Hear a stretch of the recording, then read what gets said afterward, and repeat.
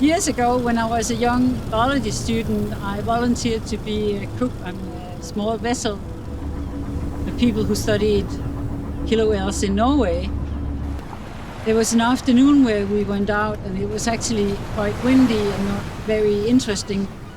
The whales were nowhere to be seen, but we put a hydrophone in the water. And when I turned on the hydrophone and I heard the sounds of the killer whales,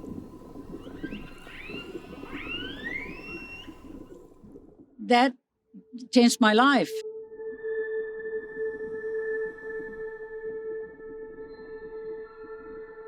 In my work with killer whales, I met people all over the world. I've been to Kamchatka in eastern Russia and worked with local scientists there who are studying killer whales. I've been to eastern Greenland and interviewed hunters who are still hunting killer whales. I've been to Canada and visited local First Nation American Indian who talked about his relationship and his tribe's relationship with killer whales. And all these different stories and all these different attitudes is part of what killer whales are to people in different places of the world.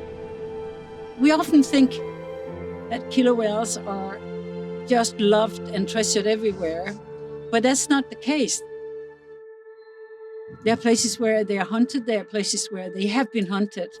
And I have looked into what it is that made people love these animals, or the opposite, what makes them fear them or hate them and think that they shouldn't be there.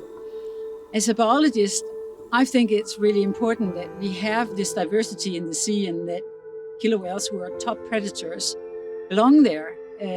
So I think it's an important discussion. I hope my book can contribute to raising awareness about this.